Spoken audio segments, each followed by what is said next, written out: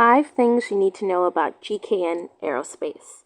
Let's talk about GKN Aerospace. This is the company responsible for the chemical incident in Garden Grove. This is the reason that 50,000 residents of Garden Grove, Stanton, Anaheim, and Westminster were all evacuated for their homes for 5 days. Now that the chemical incident is seemingly under control, let's talk about GKN Aerospace, the massive billion-dollar company responsible for this. Number 1. What is GKN Aerospace? According to their website, GKN Aerospace is the leading global Tier 1 aerospace supplier for the majority of the world's aircraft manufacturers.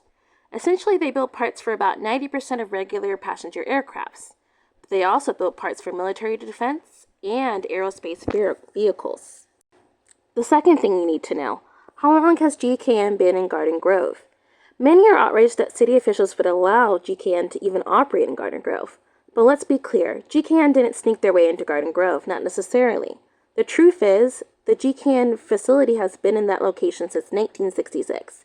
That means those tanks have been there since 1966. We may not have always known that that facility was there, but it didn't change how Garden Grove residents feel. According to the OC Register, GKN has been operating in that location since 2004. And honestly, we just want them out of Garden Grove. We want GKN gone. And on to the third thing you need to know, history of violations. According to the OC Register, GKN had to pay $1 million to settle environmental violations in 2021. This included failing to keep emission records and operating equipment without a permit. They also used carcinogenic and toxic materials that violated several air quality and emission rules. Does this sound like a company we still want in Garden Grove?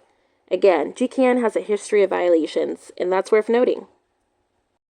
On to the fourth thing you need to know about GKN, the lawsuit. As we know, up to 50,000 residents of Garden Grove, Stanton, Anaheim, and Westminster were evacuated from their homes during the height of this chemical crisis. Now Orange County residents want accountability, and that's happening in the form of dozens of lawsuits against GKN Aerospace. If you ask me, it's not just residents who are going to sue, but also the city of Garden Grove, Stanton, Anaheim, and Westminster. This crisis cost multiple cities thousands of dollars in resources and work hours. They're definitely going to want to be reimbursed, if you ask me.